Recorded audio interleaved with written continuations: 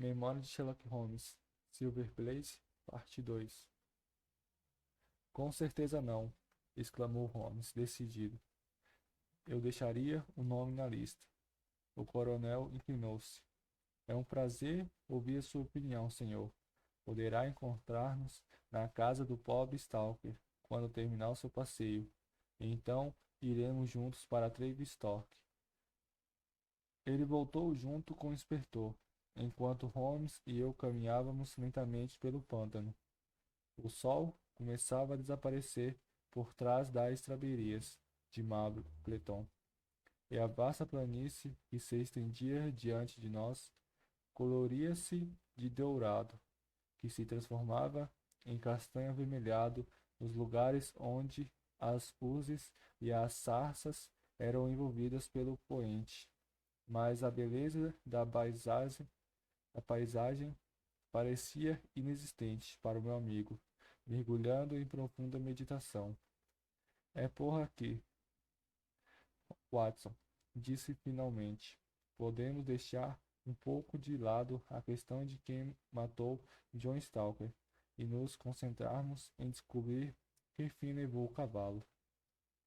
Suponhamos agora que ele tenha se soltado durante e depois da tragédia. Para onde iria? O cavalo é um animal muito gregário. Deixando-a solta, seus instintos o enviaria de volta a King's Pilot ou a Mableton, porque ficaria correndo pelo pântano. Já teria sido avisado a essa altura. E por que os ciganos o roubariam? Essa gente sempre desaparece quando houver falar em complicações, porque não quer ser importunada pela polícia. Não poderiam vender um cavalo daqueles. Correria um grande risco e não ganharia nada ficando com ele. Isto é bem claro, com certeza. Então, onde ele está? Já disse que devemos ir para King Pilot ou para Mableton. Não está em King Pilot, portanto deve estar em Mableton. Vamos trabalhar com essa hipótese e ver para onde ela nos leva. Nessa parte do pântano, como observou o inspetor, o solo é muito duro e seco. Não, mas há uma declive na direção de Mableton, e pode-se ver daqui que há uma longa depressão lá adiante, que devia estar muito úmida na noite de segunda-feira. Se a nossa hipótese estiver correta, o cavalo deve ter atravessado. O cavalo deve ter atravessado, e é ali que devemos procurar sua pista. Fomos caminhando rapidamente, enquanto conversávamos, e em poucos minutos chegávamos à depressão do terreno. A pedido de Holmes, desci pelo declive da direita e ele pela da esquerda, mas ainda não devemos 50 passos quando ouvi soltar um grito, enquanto acenava para mim. A pata de um cavalo era bem nítida na terra macia, diante dele, e a ferradura que retirou do bolso ajustava-se perfeitamente à pegada. Veja o valor da imaginação, observou Holmes. É essa qualidade que falta em Gregory. Imaginamos o que poderia ter acontecido. Agimos baseado nessas hipóteses e fomos recompensados. Vamos continuar. Atravessamos a depressão pantanosa e percorremos mais de meio quilômetro de relva seca e dura. Novamente, o terreno apresentou um declive e encontramos a marca de ferradura. Tornamos a perdê-las por 1 quilômetro e a encontrá-las bem perto de Mableton. Foi Holmes quem a avistou primeiro e as apontou com expressão de triunfo. Uma pegada de homem era visível junto ao cavalo. Antes, o cavalo estava sozinho, exclamei. Exatamente, antes estava sozinho. Ora, o que é isto? A pegada duplas voltavam-se bruscamente na direção de King's Pyland. Holmes assobiou e passamos a segui-las. Ele mantinha os olhos na trilha, mas eu estava um pouco afastado e notei surpreso que a mesma pegada seguiu na direção oposta. Um ponto para você, Watson, disse Holmes quando fiz a observação. Propôs-nos uma longa caminhada que nos faria voltar sobre o nosso próprio passo. Vamos seguir as pegadas de volta. Não precisamos, não precisamos andar muito. Terminavam na pavimentação de asfalto que conduzia aos portões cavalariços, Marbleton. Quando nos aproximávamos, o empregado veio correndo da nossa direção. Não queremos estranho por aqui, disse ele. Eu só quero fazer uma pergunta, disse Holmes, enfiando o polegar no bolso do colete. 5 da manhã seria cedo demais fazer uma visita ao seu patrão, o Sr. Silas Brown, amanhã de manhã? Se alguém estiver acordado, será ele. É sempre o primeiro a se levantar. Mas aí vem ele, senhor, e poderá responder pessoalmente às suas perguntas. Não, não, senhor. Eu perderia o emprego se ele me visse aceitar o seu dinheiro. Mais tarde, se quiser. Enquanto Sherlock Holmes tornava a colocar no bolso a meia coroa que havia tirado, um homem idoso de aparência feroz saiu pelo portão, sacudindo o chicote de montar.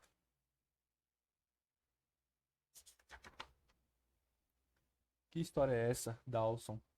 Nada de mexericos. Vá cuidar do seu trabalho. Que diabos querem aqui? 10 minutos de conversa, bom senhor, respondeu Holmes, com sua voz mais tranquila. Não tenho tempo para conversar com ociosos. Não quero saber de estranho por aqui. Desapareçam ou atiçarei os cães. Inclinou-se para a frente. Holmes murmurou qualquer coisa no ouvido do treinador, que estremeceu violentamente e coroou até a raiz dos cabelos. É mentira, gritou, uma mentira suja. Muito bem, vamos discutir o caso aqui em público, ou conversar na sala. Podemos entrar se quiserem. Holmes sorriu. Holmes, Holmes sorriu. Vamos demorar apenas alguns minutos, Watson. Senhor Brown, estou à sua disposição. Passaram-se uns bons 20 minutos, e o vermelho do horizonte se transformaram em cinzas, quando Holmes e o treinador reapareceram.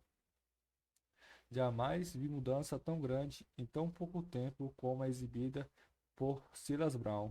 Seu rosto estava extremamente pálido, a testa coberta de suor, e as mãos que seguravam o chicote tremia como galho de árvore ao vento.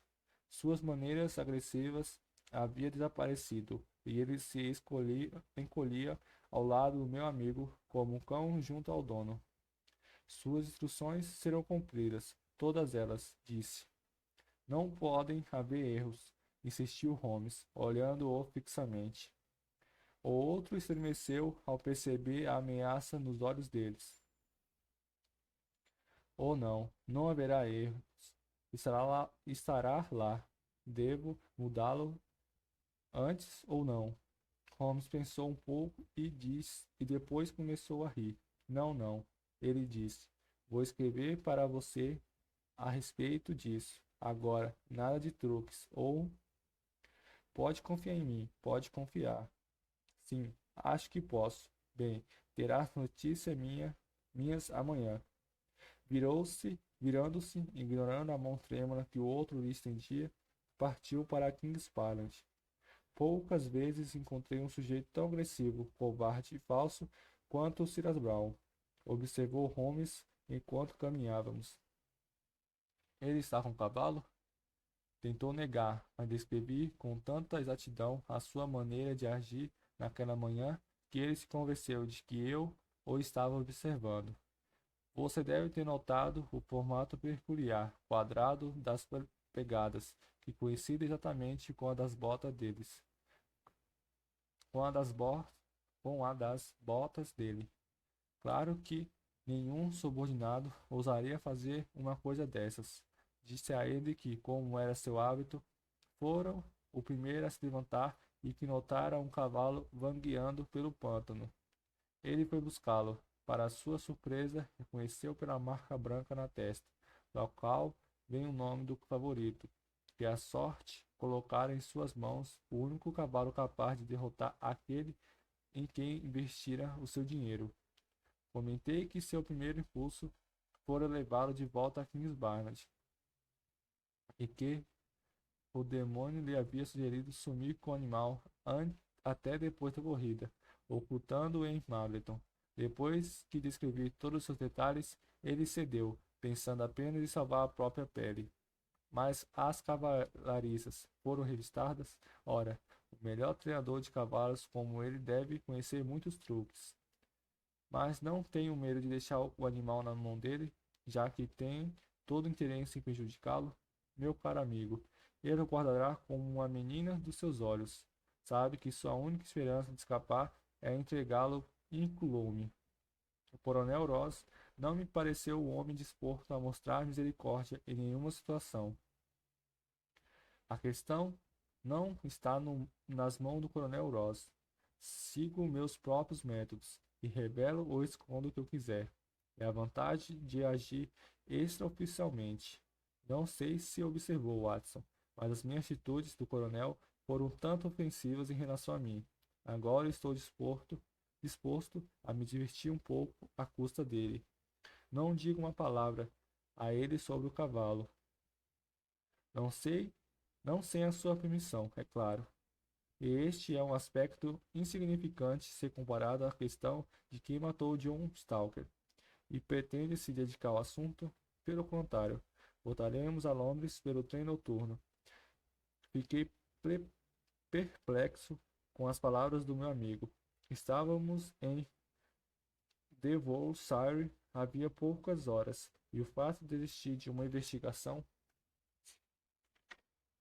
iniciada de modo tão brilhante era totalmente incompreensível para mim. Não conseguia arrancar-lhe uma única palavra, até a volta à casa do treinador. O coronel, o inspetor nos aguardam na sala. Meu amigo e eu voltaremos para a cidade pelo trem de meia-noite, disse Holmes. Tivemos a oportunidade de respirar um pouco. O excelente ar de Daltmore. O inspetor arregalou os olhos e os lábios do coronel contorceram-se no sorriso de escárnio. Então, não espera-se capaz de prender o assassino do pobre Stalker? Observou. Holmes deu de ombros. Há séria dificuldade, disse. Não tenho esperança de que seu cavalo corra na terça-feira, e peço que mantenha o seu jockey preparado. Pode me conseguir uma foto do Sr. Stalker? O inspetor tirou do bolso um envelope e entregou a Holmes. Meu caro Gregory, você prevê todos os meus pedidos. Se guardarem aqui um instante, gostaria de fazer uma pergunta à empregada. Devo dizer que estou muito decepcionado com o nosso consultor de Londres, disse o Coronel Ross sem rodeios quando meu amigo saiu da sala. Acho que não fizemos nenhum progresso com sua vida aqui. Pelo menos tem a garantia dele de que seu cavalo correrá, observei. Sim, tenho a garantia dele, disse o coronel, dando de ombros. Mas preferia ter o meu cavalo. Eu estava prestes a dizer alguma coisa em defesa do meu amigo, quando ele voltou à sala. Agora, senhores, vamos para Tavistock. Quando entrávamos na carruagem, um dos cavaleiros segurou a porta aberta para nós. Uma ideia repentina parecia ter corrido a Holmes, que se inclinou para a frente e tocou a manga do rapaz. Há algumas ovelhas no paddock. Quem cuida delas? Sou eu, senhor. Notou algo de estranho nela ultimamente? Bem, nada de muito importante, mas 3 começaram a mancar, senhor. Percebi que o Holmes ficou extremamente satisfeito, porque soltou uma risadinha e esfregou as mãos. Eu tiro de longo alcance, Watson, de longo alcance, ele disse, beliscando meu braço. Gregory, permita que chame a sua atenção para essa estranha epidemia entre as ovelhas. Pode seguir, cocheiro. O coronel Cross conservava a expressão de que não tinha em alta conta a capacidade do meu amigo, mas percebi pela fisionomia do inspetor que ele ficou profundamente interessado. Considera o fato importante? Perguntou. Extremamente. Há algum ponto para qual desejaria chamar minha atenção? Para o estranho incidente do cachorro durante a noite. O cachorro não fez nada durante a noite. E esse é o estranho incidente, observou Sherlock.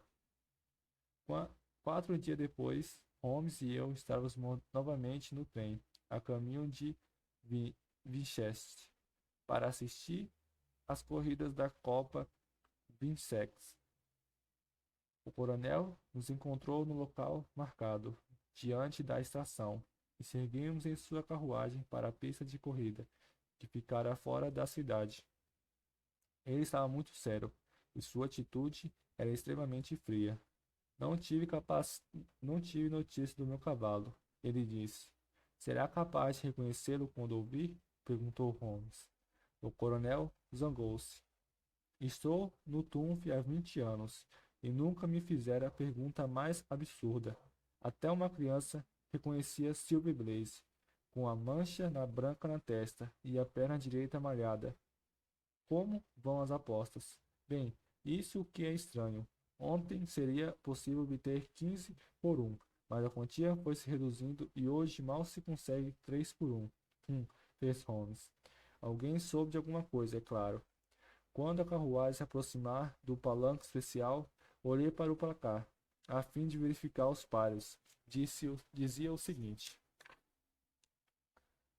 Vincex Plante, 50 soberanos cada um, com 1.000 soberanos extras para o cavalo de 4 e 5 anos. Segundo, 300 libras. Terceiro, 200 libras. Pista nova, 1 milha e 5 funlog. Primeiro, trem negro. Day negro, proprietário. Senhor Hilter Nelton, boné vermelho, camisa mostarda. Segundo, pugilist, coronel Valderland, boné rosa, camisa azul e preta. Terceiro, Desburong, Lord Blackwater, boné e camisa amarelos. Quarto, Silver Blaze, coronel Ross, boné preto, camisa vermelha.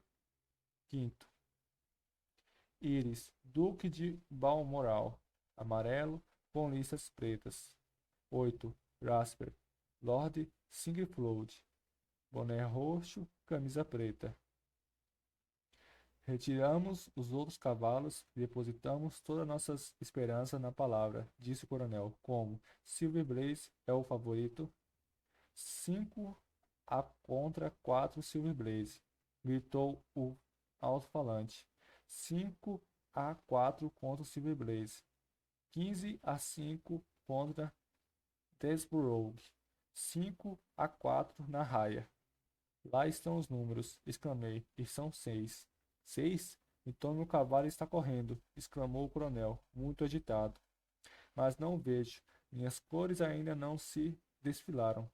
Só desfilaram 5, ele deve vir agora.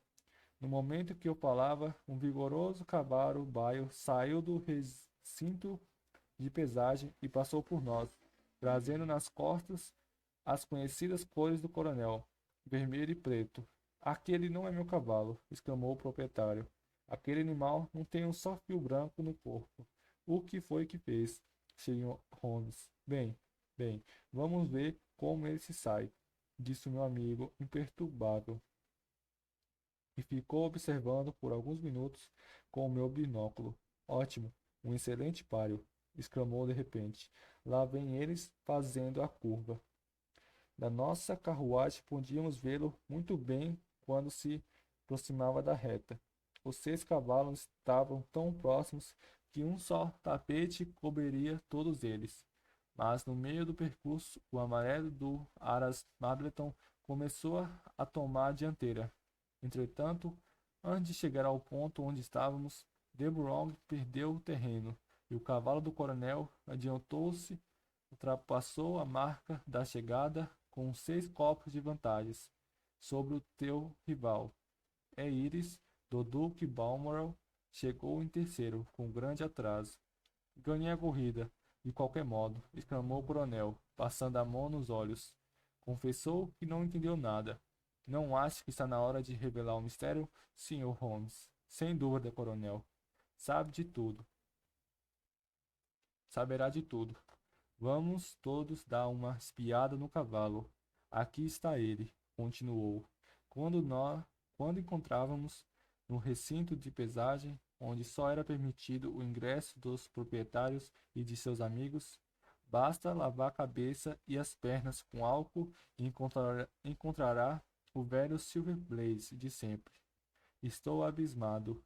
Encontrei-o na mão de um impostor e tomei a liberdade de fazê-lo correr do jeito como foi enviado. Meu caro, o senhor fez maravilhas. O cavalo parece muito bem. Nunca o vi melhor em toda a sua vida. Peço-me desculpas por ter duvidado da sua capacidade. Prestou-me um grande favor, recuperando meu cavalo, e faria um favor ainda maior se pudesse descobrir o assassino de John Stalker. Já descobri, disse Holmes calmamente. O coronel e eu olhamos para ele espantados. Já descobriu? Então onde está? Aqui. Aqui onde? Em minha companhia, nesse momento. O coronel ficou vermelho de raiva. Reconheço que lhe devo favores, Sr. Holmes, mas considero o que acabo de dizer uma piada de mau gosto, ou um insulto. Sherlock Holmes riu. Garanto que não associei ao crime, coronel. O verdadeiro assassino está exatamente atrás do senhor. E avançando um passo, procurou a mão no pescoço brilhante do puro sangue. O cavalo. O coronel e eu gritamos. Sim, o cavalo. E sua culpa será menor se eu disser que agiu em defesa própria e que o John Stalker era totalmente indigno de sua confiança, mas já soou o sinal, e como devo ganhar no próximo páreo, vou adiar a explicação mais detalhada para um momento mais conveniente. Tínhamos uma parte de um vagão Balmer só para nós naquela noite, quando voltávamos a Londres, e creio que a viagem foi curta tanto para o coronel como para mim, enquanto ouvíamos a narrativa do fato ocorrido no Aras de treinamento de Dartmoor, da noite de segunda-feira, e como Holmes conseguira destrinchá-los. Confesso que todas as teorias que eu havia elaborado com base nas postagens dos jornais eram totalmente equivocadas, mas continham indícios e é pena que eles tenham sido ofuscados por detalhes que mascararam a sua verdadeira importância. Foi para Devonshire, convencido de que Fitzroy Simpson era o verdadeiro culpado, embora pensasse que as provas contra ele não eram definitivas. Ainda na carruagem, no momento em que chegamos à casa do treinador, percebi a grande importância do carneiro ao coure. Talvez se ele lembre de que eu estava distraído e continuei sentado depois que todos saltaram e me perguntavam como podia ter ignorado uma pista tão óbvia. Confesso que continuo sem saber de modo isso nos ajudará, disse o coronel. Foi o primeiro da minha cadeia de raciocínio. O ópio em pó não é insípido. O sabor não é desagradável, mas é perceptível. Misturando a um prato comum seria notado, e a pessoa certamente deixaria de lado a comida. O coure era exatamente o condimento que disfarçaria o gosto. Fitzroy Simpson, um estranho, não poderia ser absolutamente responsável pelo fato de servir esse prato naquela noite. E seria absurdo supor que, por coincidência, ele apareceria com ópio em pó justamente na noite em que a comida disfarçaria o sabor. Disfarçaria o sabor. E, inconcebível, Simpson ficar, portanto, eliminado do caso. E a nossa atenção se concentra em Stalker e sua mulher, as duas únicas pessoas que poderiam ter escolhido carneiro com couro naquela noite. O ópio foi acrescentado depois que o prato foi preparado para o cavalariço. já que os outros comeram o carneiro sem nenhum efeito desagradável. Quem se aproximaria daquele prato sem que a empregada percebesse? Antes de resolver esta questão, percebi a importância do silêncio do cachorro, pois uma conclusão verdadeira invariavelmente sugerem outras. O incidente com Simpson demonstrou que o cão era mantido nas cavalariças e que, embora alguém tivesse entrado e retirado o cavalo, ele não latira o suficiente para despertar os dois rapazes que dormiam no celeiro. E é óbvio que o visitante noturno era alguém que o cachorro conhecia muito bem. Eu já estava convencido, ou quase convencido, de que John Stalker havia descido até a cavalariça durante a noite e retirado Silver Blaze dali. Com que finalidade? Desonesta é evidente. Caso contrário, por que teria dopado seu próprio cavalariço? Mas eu não descobriria o motivo. Já houve casos de treinadores que ganharam muito dinheiro apostando contra seus próprios cavalos, por intermédio de agentes e depois impedidos de ganhar de modo fraudulento. Às vezes é um jogo desonesto, às vezes são métodos mais seguros e sutis. No caso, que seria? Eu esperava que o conteúdo dos seus bolsos me ajudasse a chegar a uma conclusão. E ajudou. Não deve ter esquecido o punhal pouco comum encontrado na mão do morto. Punhal que nenhum homem sensato escolheria como arma. Como disse o Dr. Watson, é um instrumento usado para uma das mais delicadas operações cirúrgicas, e seria usado naquela noite para uma operação delicada. Com sua grande experiência no TUF, deve saber com a neurose que é possível fazer um pequeno corte subcutâneo nos tendões da anca de um cavalo sem deixar nenhum vestígio. Um cavalo submetido a isto começaria a mancar ligeiramente, o que seria atribuído a excesso de exercício ou reumatismo brando, mas nunca uma ação criminosa. Bandido desgraçado, exclamou o coronel. Esta é a explicação do motivo pelo qual John Stalker queria levar o cavalo para o pântano. Um animal tão vivo teria despertado os rapazes, por mais profundo que o sono fosse. Ao sentir a picada de uma lâmina, era absolutamente necessário agir ao ar livre. Eu estava cego, exclamou o coronel. Foi para isso que precisou da vela e riscou o fósforo, é claro. Sem dúvidas. Mas, ao examinar seus pertences, tive a sorte de descobrir não só o método do crime, mas também os motivos. Como um homem de sociedade, coronel sabe que ninguém carrega no bolso contas alheias. Todos nós já temos preocupações suficientes para manter em dia as nossas.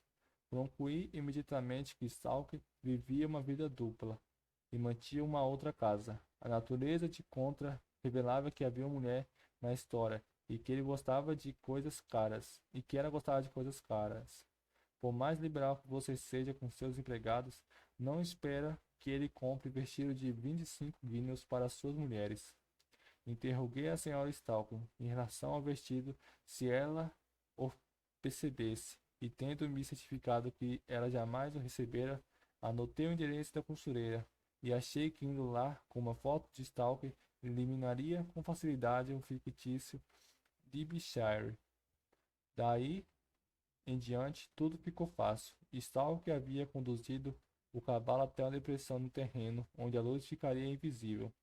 Simpson, na fuga, deixaria cair a gravata, e Stalker a apanhara, talvez com a intenção de usá-la para amarrar a perna do cavalo.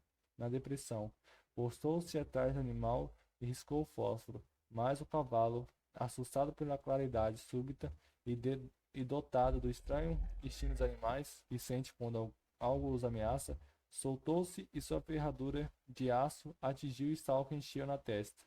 Apesar da chuva, ele havia tirado o sobretudo para executar sua delicada tarefa, de modo que, ao cair, a lâmina cortou-lhe a coxa. Deixei tudo bem claro. A lâmina cortou a coxa. Deixei tudo bem claro? Maravilhoso. exclamou o coronel, maravilhoso, como se tivesse visto a cena. Meu lance final, confesso, foi um tiro no escuro. Achei que um homem esperto como Stalker não iria executar a tarefa delicada de perfurar um tendão sem praticar um pouco antes. Como teria praticado? Meu olhar caiu sobre as ovelhas. Fiz-lhe uma pergunta e, para minha surpresa, percebi que a hipótese era correta. Esclareceu perfeitamente o caso, Sr. Holmes. Voltando para Londres, visitei a costureira e prontamente admitiu que Stalker era um excelente freguês chamado Derbyshire, cuja mulher era muito elegante e gostava de vestidos caros. Estou certo de que ela o afundou em dívidas, conduziu assim a esse plano infeliz. Explicou tudo, menos um detalhe, exclamou o coronel. Onde estava o cavalo? Saiu em disparada pelo pântano e foi recolhido por um dos seus vizinhos. Acho que precisamos de uma anistia nisso. Estamos em Clampla Jolton, se não me engano. Em menos de 10 minutos chegarei à Victória. Se quiser fumar um charuto conosco, coronel, será um prazer fornecer-lhe qualquer detalhe que possa interessá-lo. Bem, a história foi encerrada. Muito obrigado a todos. Tchau.